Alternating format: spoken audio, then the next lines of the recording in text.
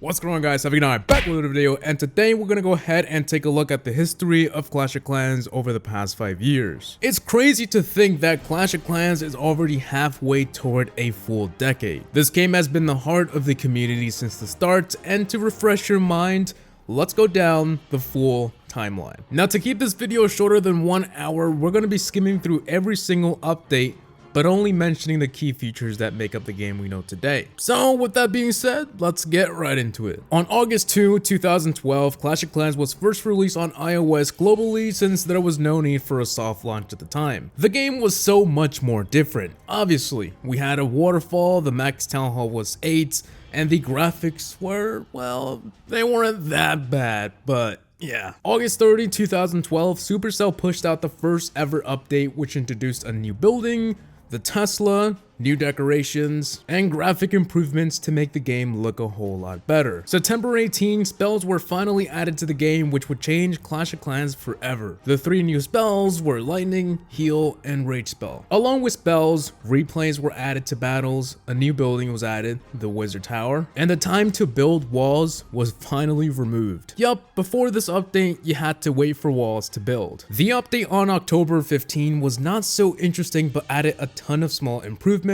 like the kick message and clan trophy requirements. About 2 weeks later, on October 27, the first seasonal update came out, which gave the game a much more Halloween appearance. But that wasn't the only thing added on that update. With a new Town Hall 9, a new building, the Expo, was introduced, which up to this day is one of the most important defenses. A jump spell was also added, which gave troops the ability to jump over walls. But unfortunately, on this same update, the option to sell buildings was removed due to players accidentally selling buildings that they actually needed. The ability to sell buildings was cool, and I wish we still had it, but yeah, it didn't last long. November 19 was the first winter update. Aside from snow, trees, and the Santa spell, the most important part of the update was clan castle troops were now able to jump walls. It may not seem like a big deal, but nowadays, we would literally die if clan castle troops just stayed in one small square. Also, the ability to boost buildings such as the Spell Factory and Collectors was added for the first time ever. The first update of 2013 on January 10, this was the biggest update to this day. The Barbarian King and Queen was added, which at the time was huge and very, very weird. Like, just imagine getting a new rarity in Clash Royale. This is how it was in Clash of Clans. But how can we have heroes if there was no Dark Elixir? Well, that same update, Dark Elixir was added, as well as a storage and a drill for it. The 5th of February, we saw 2 new traps, the Air Bomb and the Seeking Air Mine, get added. Of course, there was many other small changes and improvements, but we're talking about a 5-year-old game here, so let's move on. March 12, 2013, Dark Elixir troops were added, like the Minion, Hog Rider, Valkyrie, and of course, the actual barracks to train those troops. Not only this was a very important update, but these new troops would change the game once again forever. About a month later, on April 17, leagues were added to separate players from being in one massive league, which was pretty much none. The Golem was also added in this update, which ended up making players create the well-known strategy called Go Wipe. Go Wipe is pretty much Golem, P.E.K.K.A, and Wizard. Moving on, May 23rd, Town Hall 10 was introduced. Because Town Hall 10 was new, we got to see new defenses added, like the Inferno Tower. Yeah, this update was huge. There was also a lot of balance changes and tweaks done, and I know a lot of you won't care, but this was also the month that I began playing Clash of Clans. The 17th of June, a new spell was added called the Freeze. The update wasn't as huge, but that's because it was much more of a balanced update. New levels, clan improvements, troop changes, you name it. Just about a week after that as well, one of the smallest updates ever on June 24, an extra mine and pomp was added to Town Hall 10. July 28, 2013, the Witch was introduced as a new Dark Elixir troop. We also got a chance to now share replays to the client chat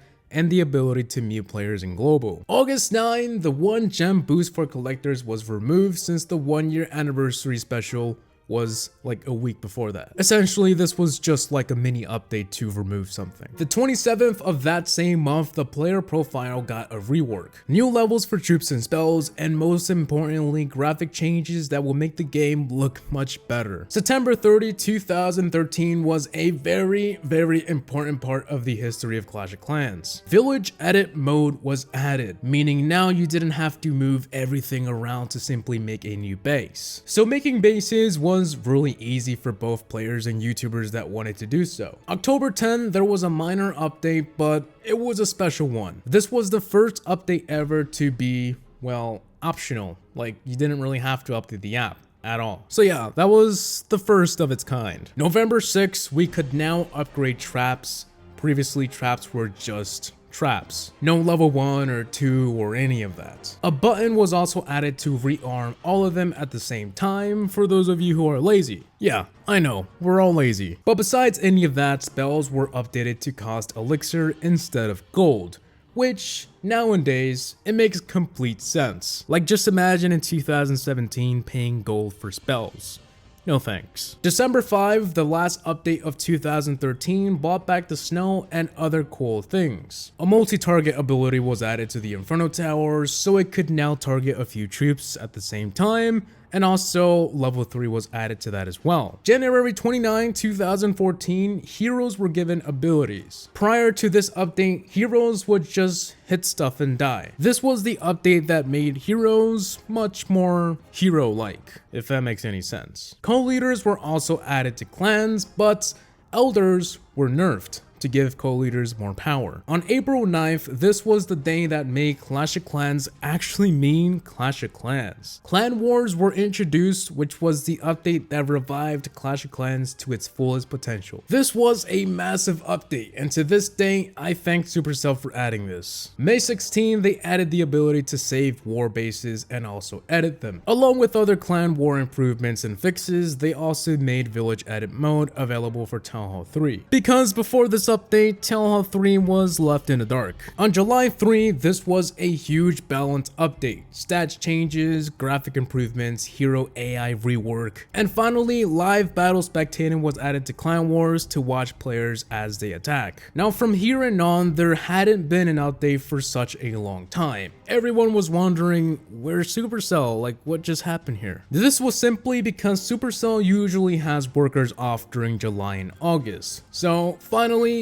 on the 16th of September, a new card was introduced, the Lava Hound. And on the plus side, you can now upgrade walls with Elixir. October 22, the second Halloween update, we got to see a new trap called the Skeleton Trap. This didn't drastically change the game, but it did open a lot of opportunities for the base building community.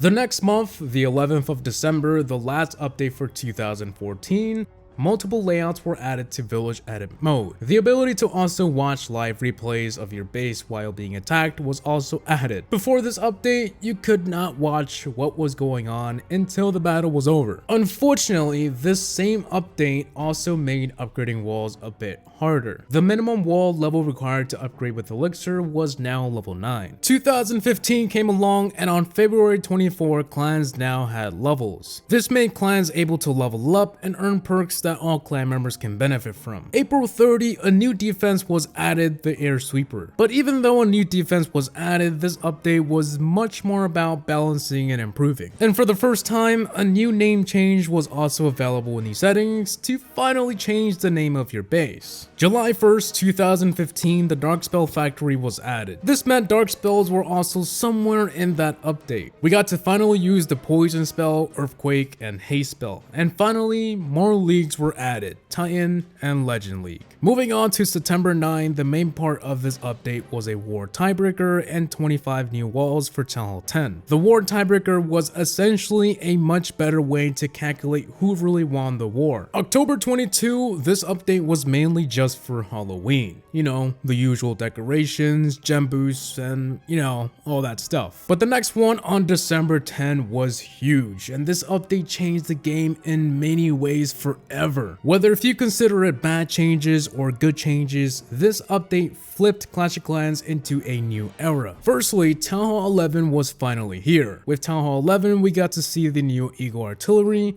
Grand Warden, and extra defenses. This was also the update that made shield a big part of the game. Instead of leaving your town hall outside for a free cheap shield, after this update, guarding your town hall was a very important part. They also added 30 seconds to the battle just in case you needed one more second for that 3-star. 2016 was finally here and the loot cart was added, treasury in the clan castle, and star bonuses. And also, since the Eagle Artillery didn't seem to do well against very heavy attacks, the Eagle Artillery was given the ability to deal 3 times more damage to golems and golemites. March 21st gave us a new Dark Elixir troop, the Bowler. There was also a ton of war changes, new troop levels, and a lot of new defense levels. On May 24, the ability to battle your friends was added as a friendly challenge. We also got to see 2 new troops, the Miner and the Baby Dragon, which had been both in Clash Royale. We also got the Clone spell, the Skeleton spell, and a ton of design rework, so the game was looking pretty 2016-y. I don't know if that makes any sense, but yeah, you should know what I mean. Moving on to October 12th, we got a new defense from Clash Royale added over to Clash of Clans, the Bomb Tower. Town Hall 11 got 25 more walls, and Friendly Wars were also added as an option. And finally, we are already at the end of 2016, but the 19th of December, we got the Christmas update, which introduced a new temporary troop, the Ice Wizard. At this point, it was very clear that Clash Royale and Clash of Clans were going to be sharing a lot of things between each, permanently and for special events. Alongside the temporary Ice Wizard, we also got to see a freeze trap and Santa surprise. The first update of 2017, on the 16th of January, we got a few new levels for defenses. But most importantly, it was just a massive balance update. On May 22nd, 2017, we got the biggest update in such a long time. The Builder's Base was introduced with new defenses and a lot of cool stuff for the main village as well, like the multi-mortar and archer towers, fast or long range toggle. If you play Clash of Clans, then you should know what I mean, because that kind of sounds confusing. And since this update was so huge and there is a lot of stuff to cover, down below I'll leave my video I made for this back in May, so you guys can go ahead and watch it. And finally, the most recent update, Builder Hall 6 was introduced. New troops like the Night Witch came, and new defenses were unlocked in the shop, like the Roaster. There were also a ton of balance changes and nerfs to certain buildings. In other words, the clock tower was made a little bit, yeah. Keep in mind this video was being made before August, as I knew this would take a long time, so yeah, any updates after August will not be in this video. I tried my best to highlight the key moments in the Clash of Clans history, and I gotta say, it was refreshing to look back. And it's just so awesome to see the moments we went through the past 5 years. So with that being said, I really do hope you guys enjoyed, and I want to thank you all for watching. If you did enjoy the video, make sure to leave a comment about your favorite moment over the past 5 years. So that's pretty much it. Please like, comment, and subscribe for more videos. Tell me what you guys think below in the comment section. Let me tell you too. See you all in the next one. Peace!